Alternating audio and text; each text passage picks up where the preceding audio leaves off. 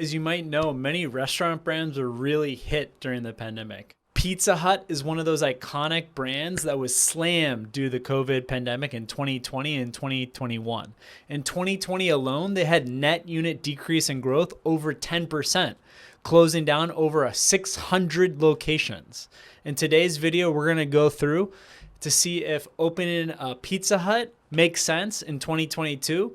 Also, if you should consider buying a resale opportunity if you're looking to get into the pizza franchise business, specifically with Pizza Hut. So we're going to go through the founding of the company, franchise costs, profitability, everything you need to know if Pizza Hut is going to franchise that you should consider in 2022. So as opposed to many of the other pizza concepts like Domino's, Papa John's that started in Michigan, I believe Little Caesars as well, Pizza Hut started in Wichita, Kansas in 1958. After its founders and brothers, Dan and Frank Carney, borrowed $600 from their mother to finance their pizza dreams. Now, don't worry. Jack and I, my brother, we did not borrow money from our mom to start Vetted Biz. Thankfully, we were a little more advanced in our careers and we could finance the business ourselves. Because the restaurant sign only had room for 8 letters for the Carney brothers, they decided to name the concept Pizza Hut. Even from the beginning, they emphasized quality food that was delivered in a fast pace.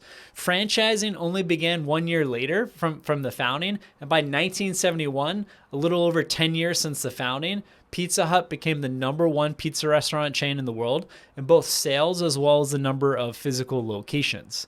Today, Pizza Hut is a subsidiary of Yum Brands and has over 6,000 franchise stores in the US and another 11,000 in international markets.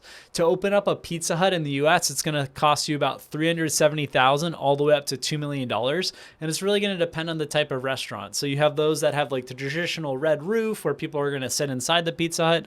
And then you also have ones that are really just delivery only or very focused on the delivery. And in terms of royalty marketing fees, pretty standard, 6% for the royalty, 4.75% for marketing, which is a little high, but it seems like they go above and beyond compared to some other franchise system. Pizza Hut's really looking for experienced candidates that have U.S. restaurant experience already and are interested in working the daily operations of the business. So very, very much a roll up your sleeves and work in the business day to day.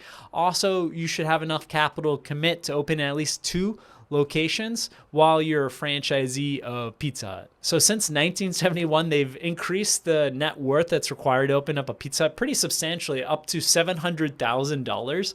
And you also need to have liquid assets, so think stocks, cash, of $350,000. In 2020, they had gross sales for Pizza Hut stores, restaurants of $960K.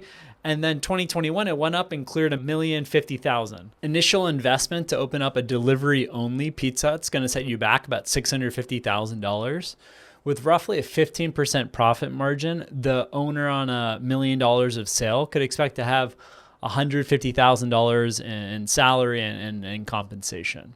So a single unit is not going to sell for that much. It would sell for about $350,000, which is significantly less than the $650,000 or so it costs to even open up that Pizza Hut restaurant. The Pizza Hut franchise owner with over $5 million in sales would have a significantly different multiple. So if you have those 10 locations, it could potentially, have $10 million in sales, and you could sell that system for about $8.8 million, $9 million. So with that, you have a nice return on capital, and essentially the more franchises you own, generally as a rule of thumb, but especially for the Pizza Hut brand, the higher earning potential when you do choose to exit the business and sell to a family office, private equity group, or even back to the franchisor. So tough thing with Pizza Hut, 10% of Pizza Hut locations closed during the COVID-19 pandemic in the United States. So they had a net decrease of 630 locations in 2020, as well as a net decrease of 28 locations in 2021.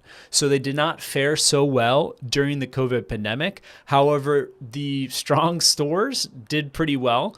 But overall, they closed over 10% of the Pizza Hut franchise system, which is not good. I imagine a lot of the weaker franchise locations exited the system, and essentially the strong performers survived during this COVID 2020 and 2021 pandemic. It's important to understand what Yum Brands is all about and how Pizza Hut fits in that portfolio.